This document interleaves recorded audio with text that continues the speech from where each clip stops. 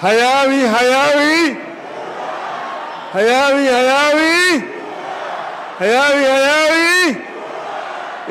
Imekuwa sasa. Leo tumeweka sahihi kwa mkataba ya kuleta ulewano, ya kuleta amani, ya kupigana na maadui ya Wakenya wote. Ugonjwa, ujinga, umaskini na utawala mbaya, kidhuluma na kimabavu. Sawa. Mr. Raila Odinga and Mr. William Ruto have declared war on the future of this country. They want to take us back to the past. We say we are not going back to the past. We are going forward, and we are ready to take them on, Omundu Humundu, one-on-one, and we destroy them. Thank you very much.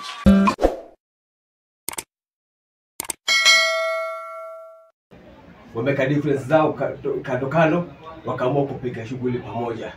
Enyewe before mzae ahadi kiti ya EU, prayer mingi ya Kenya wengi walikuwa wanasema hata ili mzae aanguke akuja tusaidia hapa Kenya.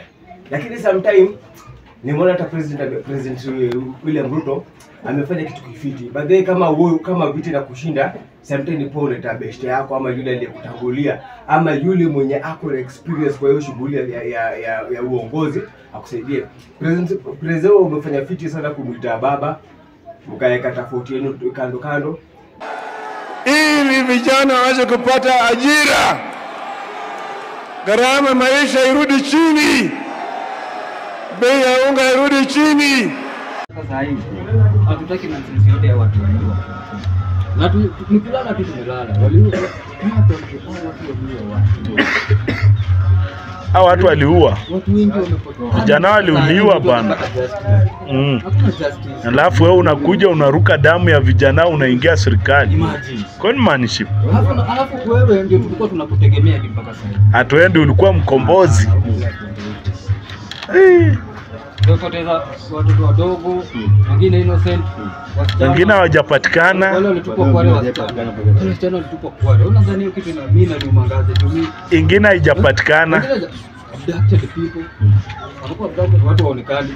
Wewe kuulize umepotea 1 month ama less than a month, 3 weeks. Sisi tunajua ulikuwa wapi. Ulikuwa una survive, ulikuwa unakula, ulikuwa unaoga.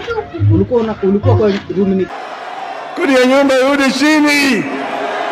Sawa. Na matibabu vile vile imarishwe. Yale yote tuko tayari kushirikiana na serikali ili ifanyike kwa Wakenya wote pamoja. Enyewe manifesto zenu zilikuwa zinafanana. Ukiangalia manifesto ya Azimio na UDA, ukijaribu kuchambua kuna venye ilikuwa inafanana, unaona? So mmekuja pamoja, mmeamua kufanya job pamoja, si ndio? Mara hii tutatembea pamoja. Tumesema tunataka kuunganisha Wakenya wote wawe kama kitu kimoja. ODM. Waje Bwana Ruto asalimu nyinyi.